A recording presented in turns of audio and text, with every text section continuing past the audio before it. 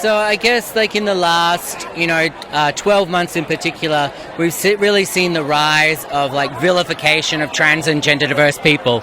In particular, we've seen the attacks often center on trans women and trans feminine people. And I identify as a trans woman or as trans feminine, and that has just really directly impacted me on an individual level. Probably over the last 12 months, I've been, vilified, experienced verbal abuse or physical assaults on the street, that have all sort of centered on me because I'm a trans woman and because I'm really visible. Like I don't pass, and I think people who might have a non-binary experience or who don't pass or meet society's standards of what cis women look like within our society can really sort of face increased rates of street-based violence and harassment, and we just need to acknowledge those impacts on trans women and trans feminine people, and we need to start naming trans misogyny and stop erasing the misogyny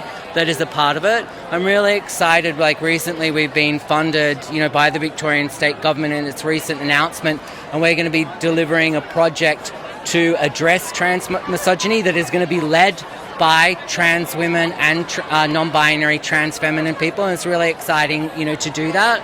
I think also the sort of the vilification, the attacks on trans women that always sort of portray trans women as, a threat to, cis women or a threat to children, that sort of that false, narrative, that myth, I guess leads to increased violence against our community. On a personal level, I have been called a pedophile at least 6 or 7 times, either in my workplace or on the street. And it's most often been by cis men, not always by cis men. Sometimes it's been by cis women, but they have used that narrative to condone their violence against us. And we need to stop this. In particular, I think, although that violence is often perpetrated by cis men, we have seen cis women in our society. They're driving that violence against trans women, and they are undermining, women's rights. They're reinforcing,